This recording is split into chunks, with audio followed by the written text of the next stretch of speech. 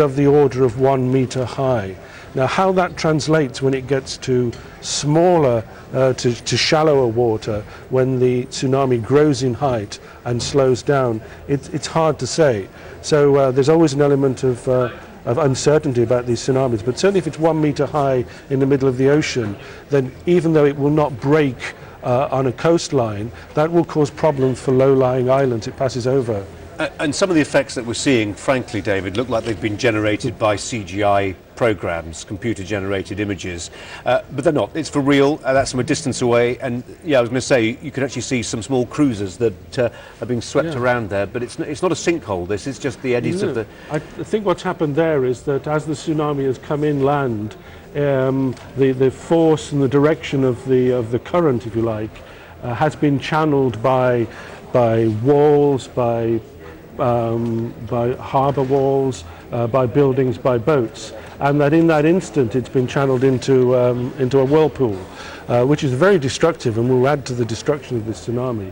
But when these tsunamis strike the land, they are travelling at 50, 60, 70 miles an hour.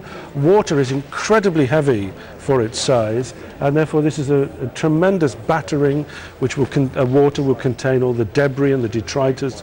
And we've seen some pictures here where you've seen small things being tossed around by the tsunami as it comes inland, and they've turned out to be buses. So this is incredibly damaging, and I think that when we look back on this earthquake, it will obviously be the tsunami which caused most of the casualties and not the earthquake itself.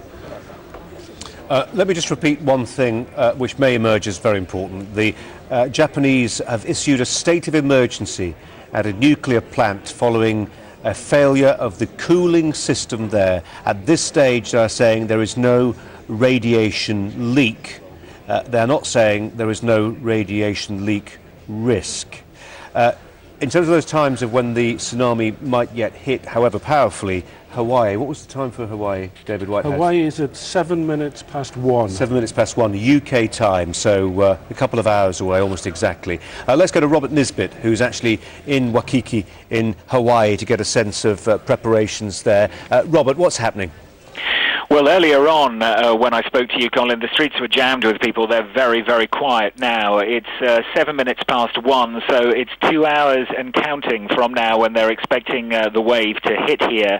Every now and again, around our hotel, and just to tell you where I am, I'm a few blocks back from the beach itself. I'm in a hotel. I'm on the 8th floor, and I'm looking out over the balcony, and have been watching the reaction and preparations over the last few hours. Every now and again, police with loud hailers come out and tell tourists to get back into their hotels and listen for further instruction. As you can imagine, all the local TV stations are covering this wall to wall and giving out information that tsunami refuge centers have now been opened, that ships in Pearl Harbor, which of course is the headquarters of the US Pacific Fleet a few miles away from where I am now, are going to remain in port. Some airports have been closed. Sirens will be repeated every hour, and they're telling people